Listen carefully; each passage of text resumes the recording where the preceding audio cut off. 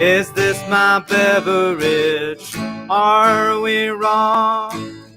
And unedited raw vlog recorded in front of a live beverage raw vlog delivered to you raw and unedited raw vlog.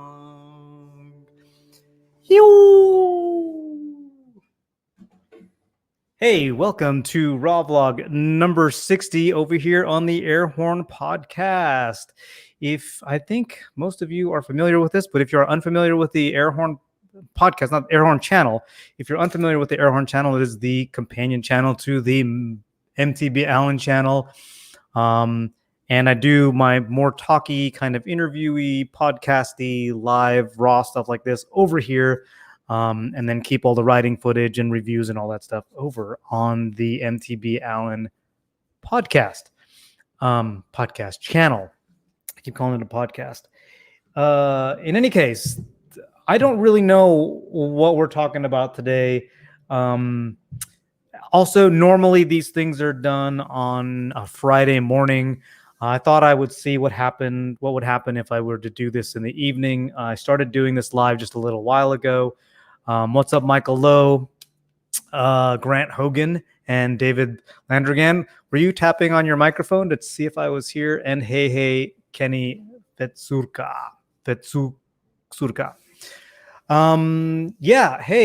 So my beverage is tea. Do you all have a beverage? Because that's what my beverage is. Let me know what your beverage is. So this is Raw Vlog 60. I have some ideas of maybe what we'll talk about today. But yeah, let's get into it. Channel news. The channel news for today is, one thing is I think I'm going to start making these raw vlogs every other week or maybe every month. I'm not really sure. I don't want to start like rehashing too much stuff, and I kind of want to make these things nice guns. Got some whiskey for your beverage, but I want to make these things good, and I want to have them thought through.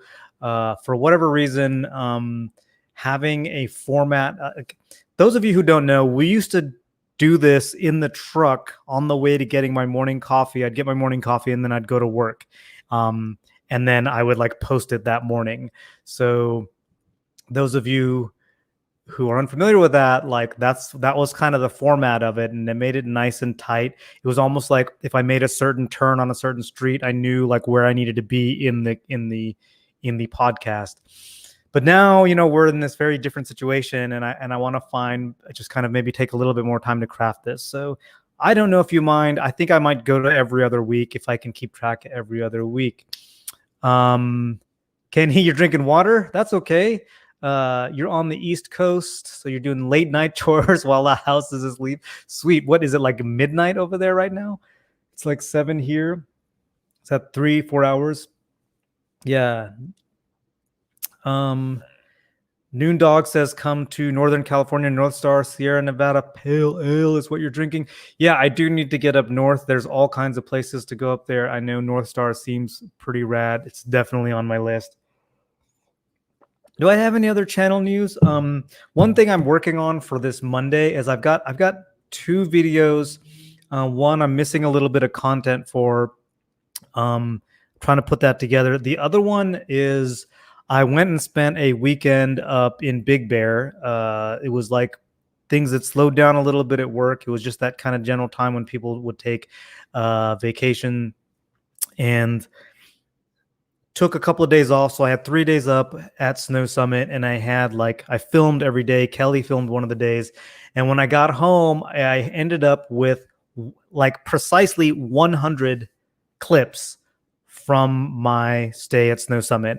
And one of them ended up being like a glitch. Like, I don't know if you've ever worked with GoPros, but they can kind of glitch out and do weird stuff. And it did a weird thing. So I ended up with 99 clips. So I'm thinking of doing a video that uses every one of those clips and does, I'm thinking like maybe 6 seconds from each clip, just like give myself a creative rule and say like you have to use every clip that you have and you can only use 6 seconds of each clip. And maybe I would do something like that. Just put a limitation on myself and see like what that comes out to. Maybe find a good soundtrack for it. So I think I might do that. I'm part of the way through that. So yeah. Shark Fan 63 player thoughts on Santiago Oaks. I love it. Oaks is fun. I park in Irvine Regional Park in parking lot 6. Some people go park somewhere else so they don't have to pay for parking. I'm like, it's $5 or whatever, $7, $4, and I'm helping support the local park system. So I'd like to park there. Also, there's like toilets and stuff there, although they might be closed now. I don't know. Let me know if COVID still has them closed down. But yeah, that's I love it. Shoots is one of my favorite trails. I don't know what it is when I get to the bottom of that trail and I make those last couple of turns.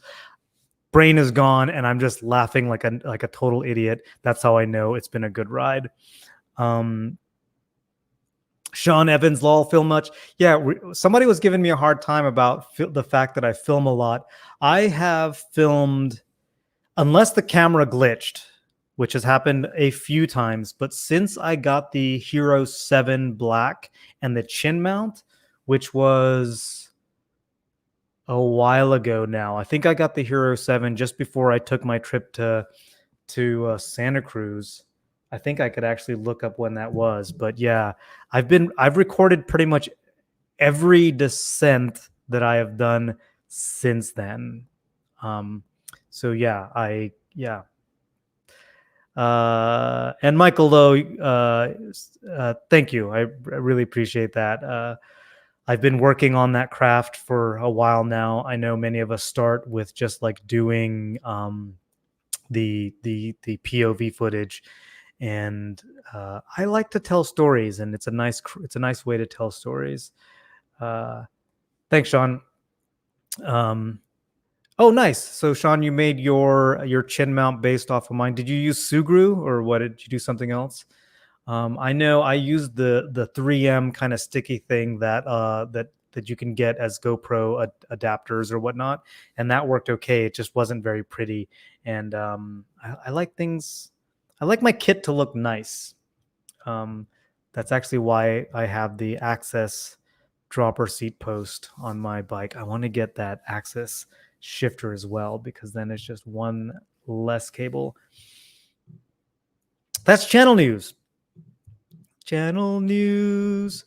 Race runs. This is one. I love this segment because it makes people uncomfortable. This is where we talk about race and ethnicity. And the preamble to this section is that race in and of itself is a sort of racist concept, in that it serves to kind of divide us and draw lines where there maybe aren't lines, but those imaginary lines can become so real and so much part of our cultural system that they become practically real.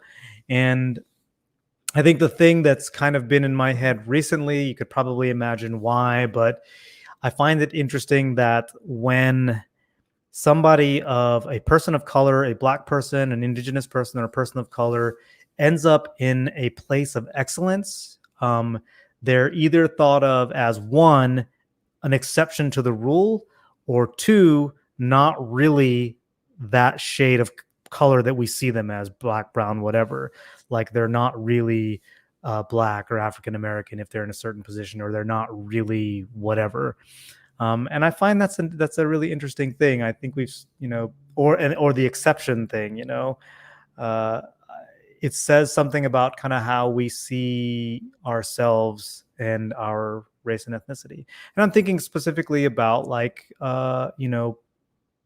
competitive mountain biking, DH racing, XC racing, and how few people of color we see in the upper ranks.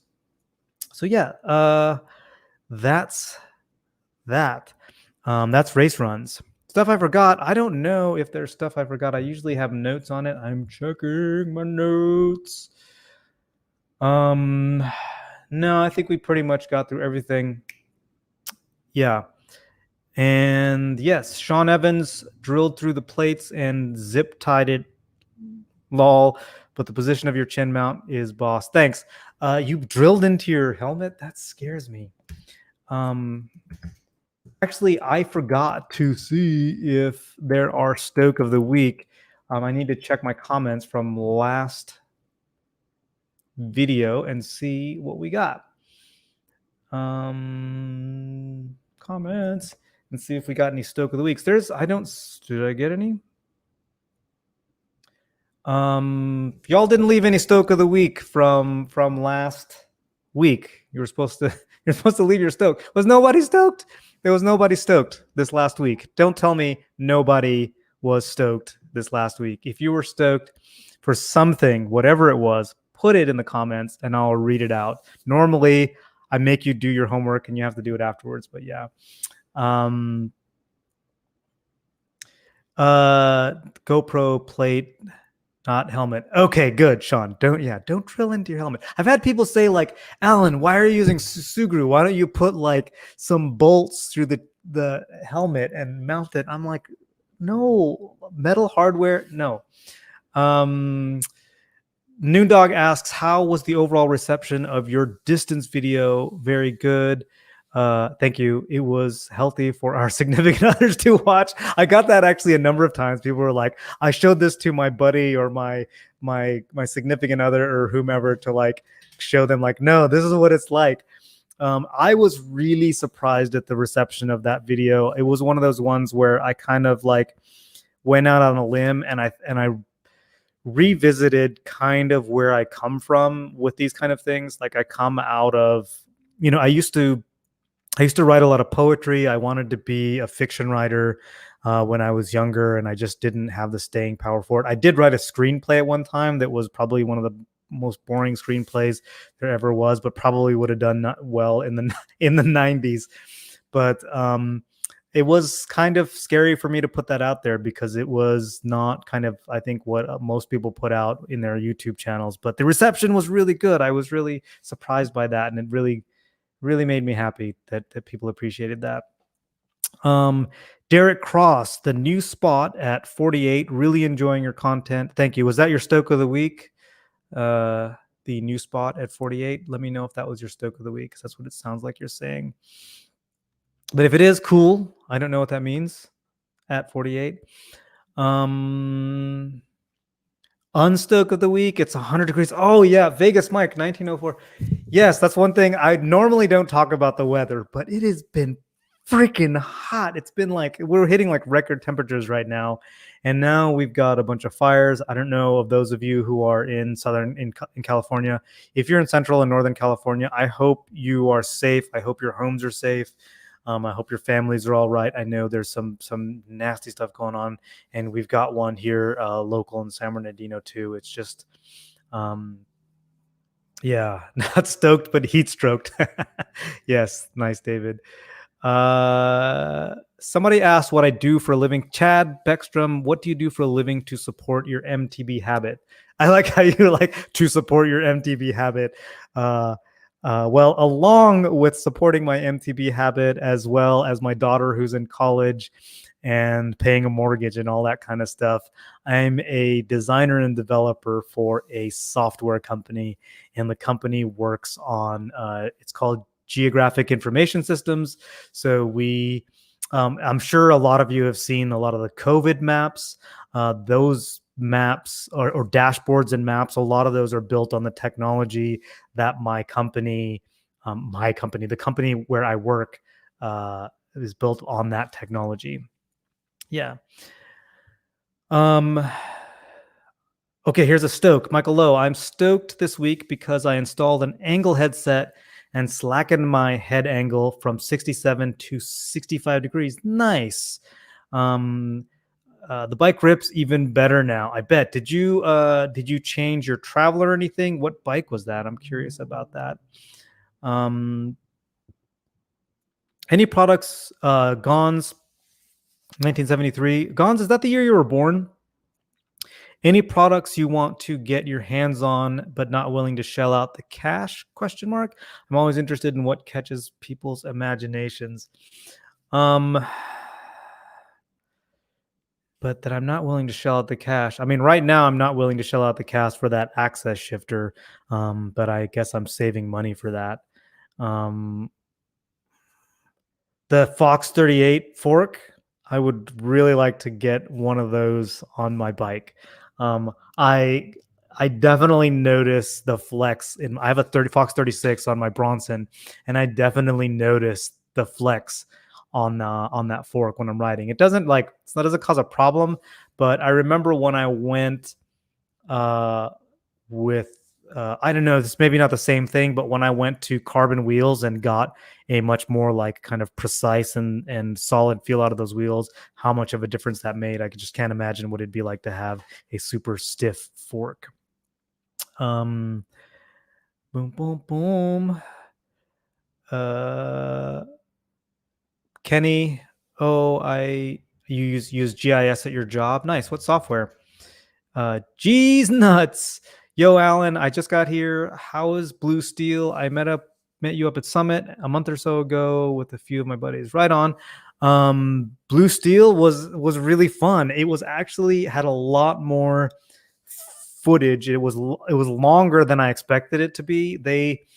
I'm not saying that they're trying to be like Sky Park, but it definitely reminded me of a Sky Park trail in that they really made use of the elevation dropping. The grade reversals, the number of switchbacks, and the quality of the turns just made it really fun. It was definitely a slower trail. I think looking back on the video I did on Blue Steel, I really should have said just explicitly to look at the difference between the speed on Blue Steel and the speed on Party Wave the Westridge. That's kind of why I edited it like that, to go from straight from Blue Steel and then right into Party Wave the Westridge, because the speed difference is significant. It's a slower trail, but that doesn't mean it's not fun. It's just different. But the jumps are built really well. It's just really nicely done. I just hope people don't destroy those berms by skidding a whole bunch. Father Kenny didn't know I was a father. You have 2 young girls, and it's tough to get a ride in once a week. Yeah, I'm fortunate. I feel you, but I'm fortunate in that my daughter is college age. She's actually up in San Jose right now doing a like program being of like it's called a city year, where as a educator you go in and you work with like in like underprivileged schools and stuff like that. So it's not doesn't take up a whole bunch of my time. The resources, on the other hand, it takes up lots of resources, but I don't have to drive her to soccer practice or anything like that. I just bought her a Prius and then let her deal with that. 2016 stump jumper. I did up the travel by 10 millimeters. Nice, Michael. That's really cool. That's a rad bike. Did you have any problems with the stump jumper with the back end with the shock bottoming out too much? I don't remember if that was the stump jumper or the enduro. CityWorks. I work for the Philadelphia Streets Department and Highway Inspection. Dang, that's cool, man. Yeah, so you definitely use Kenny. You definitely use GIS. I'm sure. That's cool. I work on some of that stuff. I did get a cool question on the Instagram post that I did earlier. Lil Hulk 96. How do you train for mountain biking, and what would be some good beginner trails in LA? I can't really answer the second question because I don't know a lot of trails in LA. I don't know if the outsider is on the chat. If he is, he's really a good person to ask those questions. But before you go ask him that question, go to his channel and search on his channel to see if there's trails that in LA, because he does a lot of those guides, and just do your homework on that. And if you want beginner trails, use Trail Forks and look for the blue trails. Do know that trail system color grading, blue, green, black, are they're not all the same. So yeah. Chad wants to know, Chad Beckstrom, if I ride with my buddies or usually on your own. Many of your videos seem like you're solo. That's a good point. It depends. Like in at bike park season, like right now, I'm always going up with my wife and our mutual friend Katie. And while a lot of the times we'll end up doing different trails, I just go ride. And because I'm at Snow Summit a lot of the times, or Sky Park, or at a bike park, I just run into people and then I ride with people, but I don't like necessarily connect up with a big crew and then go. I love to do party trains. There's something about, I've said this before a number of times, but there's something about ripping down a freaking fast or gnarly trail and then seeing like four buddies in front of you and you're just chasing them down. That's pretty awesome. At the same time, I don't like to be in the parking lot waiting for the other two people that forgot their thing and they got a flat. And then like when it's a big group, like things just get slower. And so I'm kind of both. I like to like hit solo and then connect up with people and then basically remain modular. I prefer modularity in my life. Michael, you replaced the rear shock with the DVO toe pads. It's plush now. I hear the DVO is pretty sick. And yes, the Outsider is legit. Are you a new fan of me or the Outsider?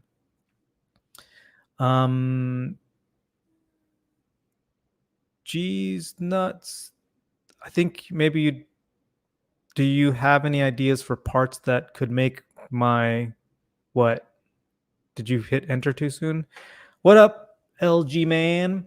So let's talk about how do you train for mountain biking, which is what Lil Hulk asked earlier. He did his homework. He or she did their homework. I think that's a male.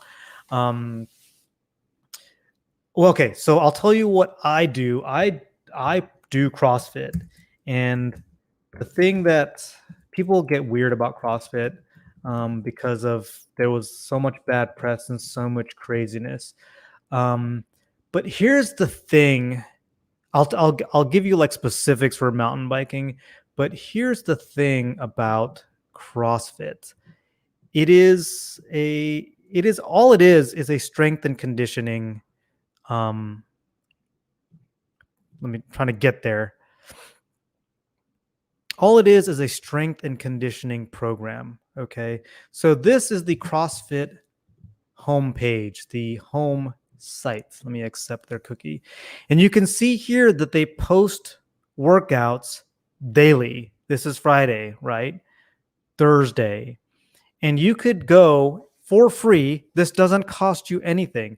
You can go for free and you can look this up. Like, okay, today, 2008, or August 21, you're going to do Tabata handstand push-ups, rest a minute, Tabata single leg squats. And then they will also have, you can also look up the scales for that. So if you can't do handstand push-ups, you're going to do regular push-ups, things like that. Yesterday, you could have just ran 1,200 meters and then done some kettlebell swings and some pull-ups and done this whole workout. The thing that's funny about CrossFit is it started out, it is actually still, it's considered an open source system. And so this was kind of how it really got tuned. So I don't actually do this because I have a gym that I go to and they do the programming. But yeah, I'll just stop that. But if you want specifics, I would say there's like 3 main things to work on for getting better at mountain biking, outside of what you get just from pedaling, which is your like cardiovascular, respiratory endurance and conditioning. Is you should work on grip strength. I'm working on a video for this, but basically carry around heavy stuff for a long time and get your grip strength really hard, or like really good. And that doesn't necessarily mean you have to do this, but like maybe that'll help. But and then work on your core strength. That doesn't necessarily just mean your abs. It means your whole trunk. It includes your lats, your all this stuff, but basically core strength, and then squats, doing squats, air squats, any type of squats, make your legs stronger. those are I would say the three things. Hey, that's the whole body. Imagine that. um, geez, Nuts, do you have any ideas for parts that you would like to make for mountain bikes, or any ideas for parts that would be cool to have? Um, I don't really, I can't think of anything, but I do know that storage is always a thing. I know that a lot of bikes have like in bike storage. I think it'd be cool to have nice, sleek ways to store stuff on your bike. Uh, Again, it being bike park season, I'm not necessarily wearing um, a backpack or a fanny pack because I have, I can just go to the truck nearby, or I can just leave stuff somewhere, and then I can ride without a pack. And I love riding without a pack. The first time I did, like, I was riding with a fanny pack or a backpack for a long time. And I remember one time, actually, I went to Santiago Oaks and I had forgotten my fanny pack at home. And so I know, unfortunately, at least I had a water bottle. So I just risked it. I didn't have anything, no tools, nothing. I just went for a ride at Santiago Oaks, and riding with a pair of shorts and a t-shirt and shoes, I felt like I was 12 years old again. And that was amazing. So any way that I can make that happen. Oh, thanks, Beckstrom, for being a long-term fan of mine. Yeah, I like the Outsider. He's a good dude. He acts as a good resource, and he's really trying to make the full-time YouTuber thing happen. So I think you should support him. I've been trying to get him to do a live stream with me on his channel because it actually helps support him. I don't necessarily need that kind of support. I mean, I always will take it. I appreciate it and I'm grateful for it. But I'm really kind of rooting for that guy. LG Man, would you have two different mountain bikes for one park? Would you have two different mountain bikes, one for bike parks and the other for your local trails? You mostly rent at the bike since riding is intermediate level, so I eat lots of dirt sandwiches. I don't have two different bikes. I just have the Bronson. That's actually why I got the Bronson, because I knew it could handle at least Snow Summit. I don't know how well it would handle Mammoth. Actually, I think it would handle Mammoth just fine, but I think a DH bike at Mammoth could be better on some of those trails, although I do know there's some traverses. But yeah, I like to have one thing that works really well. Like maybe my next bike might be a Nomad because it's a bit more capable, but I could still pedal it up. In Laguna, I can still make that freaking willow climb. On a Nomad. But yeah, that being said, I think if I were going to a place like Whistler, I might get a DH bike. But in terms of eating a lot of dirt sandwiches, this was actually kind of something I was thinking about talking about, is like, where do we place the ownership of our mistakes or problems that we're having? So if I've talked about it before, where will hear people complaining about how sandy or soft or loose things are at Snow Summit. And for me, it's more about learning how to ride sandy, soft, and loose stuff and get better at that and just improve my skill set. And also, like, if my bike is causing me a lot of problems and I'm crashing a lot, there might be some bike setup issues, or there might be some body positioning issues. So that's kind of how I look at that. So I think I do it to a fault, where I have a tendency to take maybe a little bit too much ownership when things are going wrong. I learned that recently because I recently redid my entire suspension setup with Kevin Aiello. Meaning we changed pressures and damping settings, and it's like pretty much the opposite of what I had it before, and I love the way my bike rides a lot better now. So yeah, there's some balance there. LH says, awesome info on all your vids. Have been learning a ton from you. Thanks. Don't learn too much, because I'm still learning too, and some of this information might change. Always do your homework, and the proof is on the trail. Where are we at? Let's see if I got any more things that came in from other places. Guys, I was playing music in the background. I don't know if you could hear it. Could you hear the music? Can you hear it now? All right. Just checking to see if I got any other questions on any of these other things.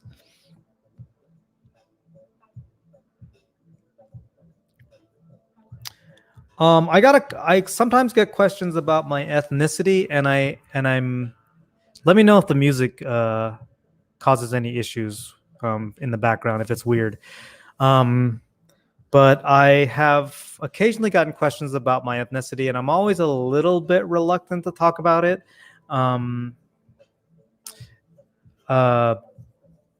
But I'm so ethnicity is an interesting. I'm just gonna shut the music off. Sorry, it's distracting me. If it's not distracting you, it's distracting me. Ethnicity is interesting because it's a really nuanced subject. So, but I'll just tell you, my mother is Bengali. She's actually East Bengali, so from East Bengal, and my father is what's known as Garo, Garo. And if you look up Garo, they're in the like northeast part of India and northern, like the north end of Bangladesh, kind of in the foothills of the Himalayas, and they're like a kind of they're like a tribal kind of people, and they look more like they look more like Tibetan or Southeast Asian even. There's a whole population up in northeastern India and northern Bangladesh that if you just saw them walking down the street, you would think that I've seen people from that area that look like they could maybe be Japanese or Filipino or whatnot. And that's where my dad is from. So I'm of mixed ethnicity, which is kind of probably true of all of us, really. My niece actually did a genetic test recently, and we have a fair bit of Chinese in us too. So yeah, ethnicity. It's an interesting thing, but I think if any of us did that, we would see some mix. Although my former sister-in-law, my niece's mother, it was like mostly like Norwegian. So yeah, they were they were pretty much all from one place. When Chad asks, when did you start writing? I started at the age of 40 and fell in love. I started I guess I was like 42 when I started writing, something like that, like just into 40s. And yeah, have fallen in love with it. I've talked about this before, but I come out of skateboarding, and I was started skateboarding right around the time that I started smoking cigarettes, which was in when I was 13 or 12, and quit smoking and continued riding skateboards for many, many, many years, and eventually got to the point where I didn't fall out of love with skateboarding. I think that it was just weird to be the 40-year-old dude at the skate park, and just not being able to really connect as much with the other skaters that were there. I'm sure if like Tony and I were on a mini ramp together, we'd have a blast. But yeah, I think just overall, I felt a little bit separated from it. Also, skateboarding, you're usually in some sort of urban or at least suburban environment. And I really enjoy being in the woods, and more so being, and specifically being in the mountains. I like the beach, love the mountains. And I think mountain biking, when I got into it, which was, I guess, 2016, 2015, something like that, was just as we were seeing more of the enduro racing, like the enduro racing had just kind of become a thing, and the concept of enduro had kind of come out, which was of course kind of a return to the roots. But there was, I think, a lot more playfulness happening in mountain biking during that period, and now we've kind of like really seen that now, and you have like the 50-to-1 crew that are just like, it's like you watch their videos, it's like watching a skate video just in the woods. So I really connected all those things together, and that's that really brought me into mountain biking. Love that.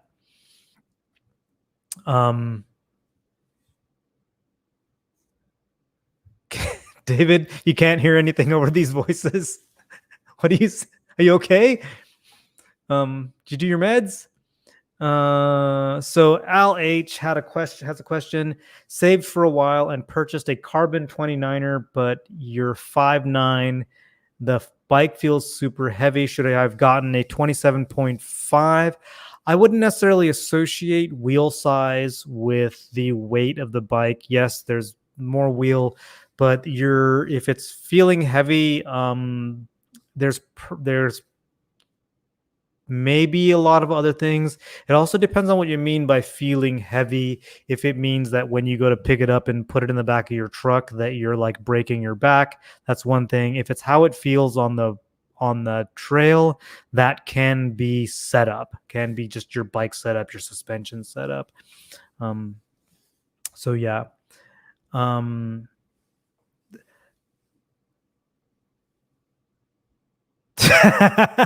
Nice, David. Oh man, that's a good joke. Think the Zoom is broken. No one can hear me.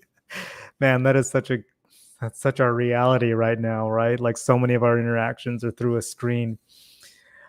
Vegas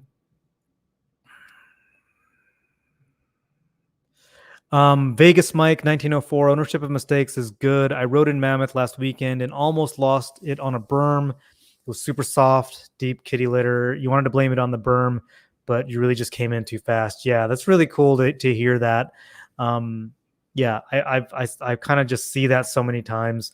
I hear that all other times when I don't know how many times people have told me like they complain about how lippy the jumps are at Snow Summit because they get bucked on them a bunch, which I find interesting because I find the lips at Snow Summit to be like ski jumps. They're like most of those are pretty mellow. There's like one or two jumps here and there that like buck me a little bit, but I know what those jumps are and I have adjusted to them and they no longer buck me. They actually pop me a little bit higher now. So yeah, that's cool. It's cool to own it because really like, the trail is going to change from day to day and you have to go home with yourself and you have to take your skills onto each trail you go on. LH,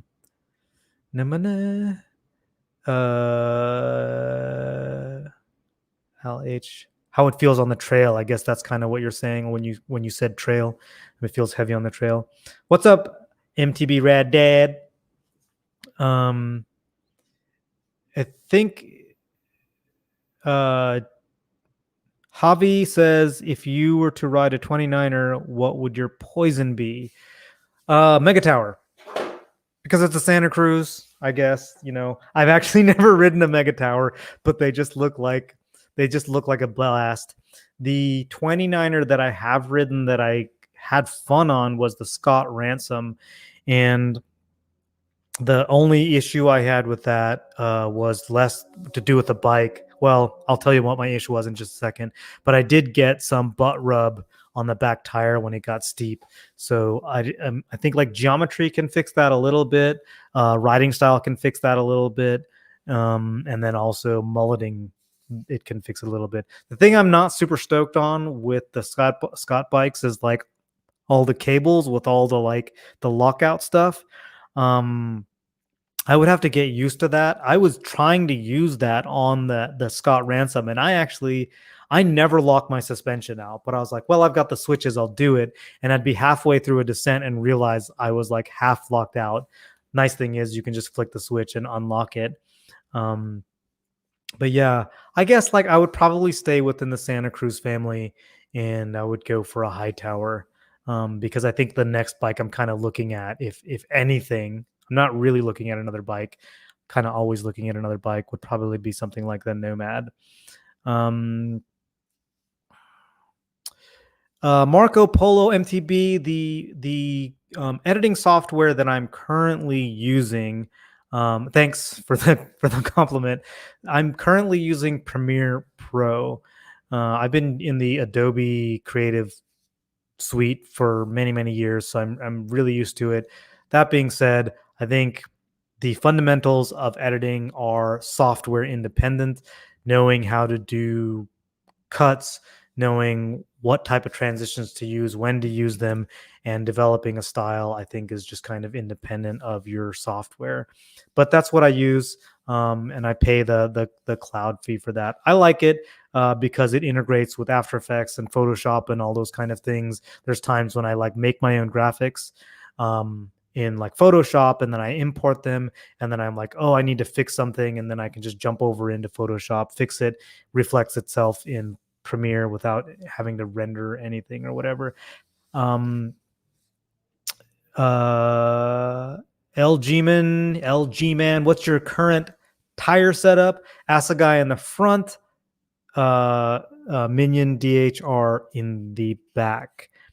And I think I have the Exo Plus sidewalls in the back, Max Grip in the back, Max Terra in the front. Most of that is just because like that's what was available at the time. I think if I were to like specifically choose stuff now, bike park season, I would have the Exo Plus in the front and the back, and I would have Max Grip in the front and back, but I'd still keep the Assegai and the Minion DHR. Been loving the Assegai. It has definitely saved my ass a lot of times, guy. That didn't work. Have I ever done the Palm Canyon Epic? If not, when it cools off, you should give it a try. I have done it.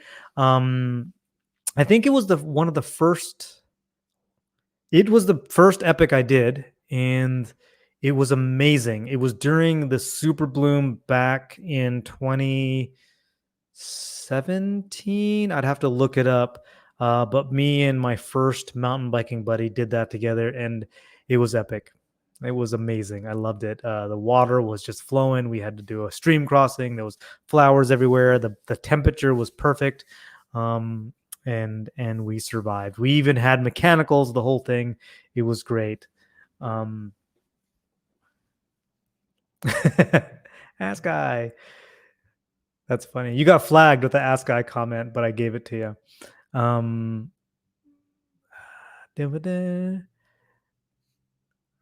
High Tower. What? Yeah, it's Michael Lowe. It's so funny because anytime I talk about Scott, I wonder if like if Paul the punter is around somewhere, like ready to like pounce. Yeah. But yes, ask guy. Octodad, what's up? MTV Rad Dad. The local trail. What's your local trail? The Palm Canyon Epic? Or was I talking about a different trail that you mentioned?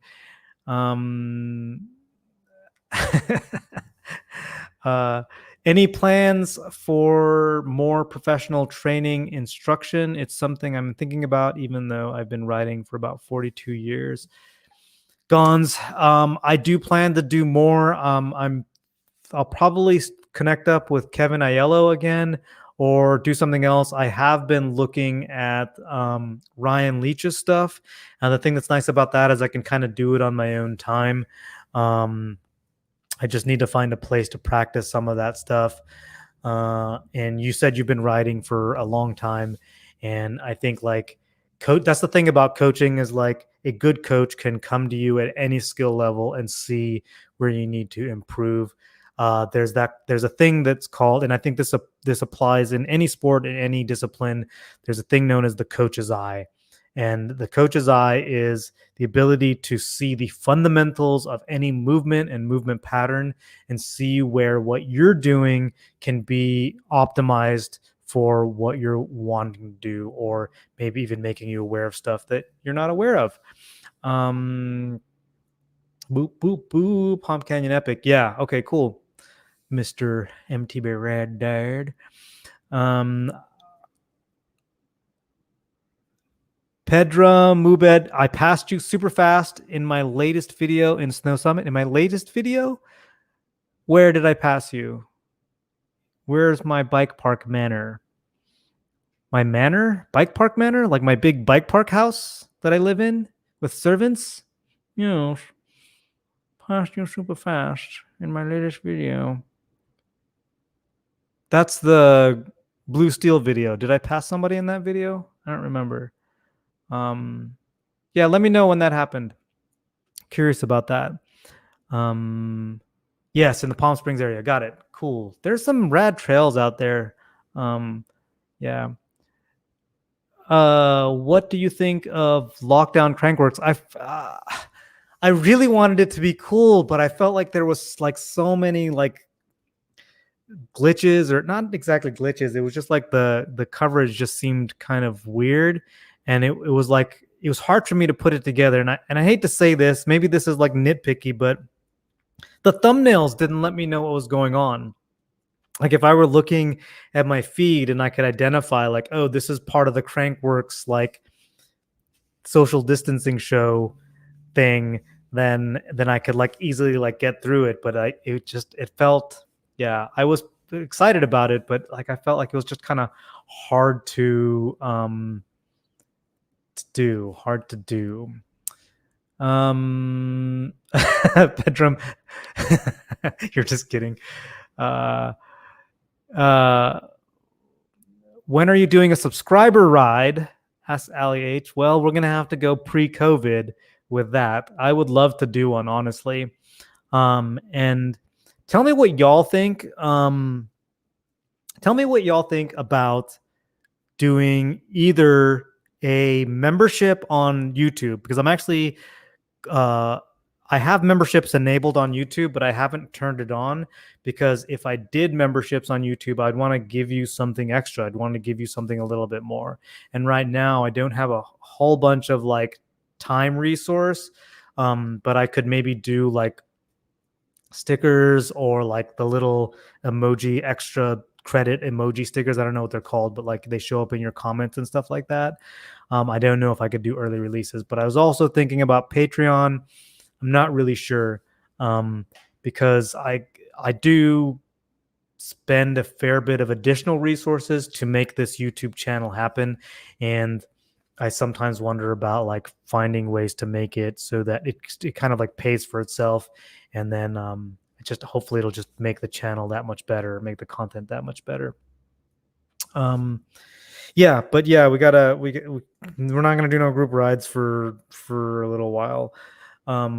Although there's been some concepts of some like digital group rides, and I'm not talking, what is that called? The thing you do, like you put your spandex on in your living room and look at a TV and pedal. What is that called? Does anybody know what that's called? I think road cyclists do that. I'm not talking about that. Anyway, that's not what I'm talking about. But doing some kind of like cool thing that we could do, at least to have some sort of interaction. Whoa, I still have Stoke of the Week up. Let me remove that banner. Sorry. Patreon is a good idea. Zwift, thank you. Zwift. Yeah, I'm curious about the difference, like in how people feel about that Patreon versus memberships. I feel like it'd be kind of nice to have it all in one place and not have to set up something somewhere else. But yeah, I think maybe it's a membership thing. My cat is going crazy. I don't know if you can hear her back there. Kitty, come here. I don't know if you know this about cats, but they like lose their mind, and then you have to kind of give it back to them. All right, I think I'm gonna start winding this down, unless y'all have any more questions and whatnot. I never really came up with a topic. The one thing I was thinking about talking about was kind of coming back from heavy injuries, because we just passed my 1-year anniversary from the wrist injury. And actually, I just got the Mobius X8 wrist brace. I know a number of you have requested have suggested I get that. And I've been looking at it for a long time. And then I most recently saw Charlie Harris. I rode the lift up with Charlie Harris at Snow Summit. I don't know if you know who he is. If you don't know who he is, that means you probably don't follow UCI DH Racing. But he had one on and we chatted about it, and it kind of pushed me over into pulling the trigger. Got one. Freaking love it. If you have a wrist injury, I would recommend it. I'm probably going to do a review on it. But yeah, Andy Ginther, you made it. I was holding on for you. Andy's one of my favorite commenters, and we got to meet finally. We need to get in a lap at some point. At 9:41 in the Blue Steel video. Where was it next to the wall? I have to look this up now. Pedram at 9:41, huh? Sorry, everybody. I really want to know. I want to know this. When somebody tells me that I did something, I want to know about it. Does anybody else know what we're talking about here? Passing somebody? Your videos. Sorry, I'm gonna look this up. We're gonna do this. 9:41.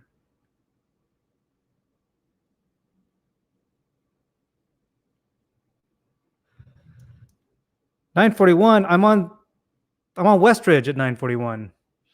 Are you talking about a different video? Oh, there you are. Okay, I see. That wasn't Blue Steel. That was Partyway Westridge. And you were standing still. Were you in the red? Because if you were in the red, I thought I was gonna die.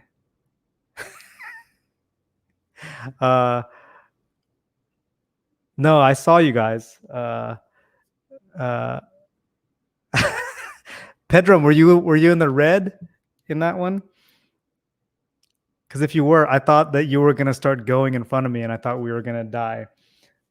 Anyway, cool. Andy, how you doing, buddy?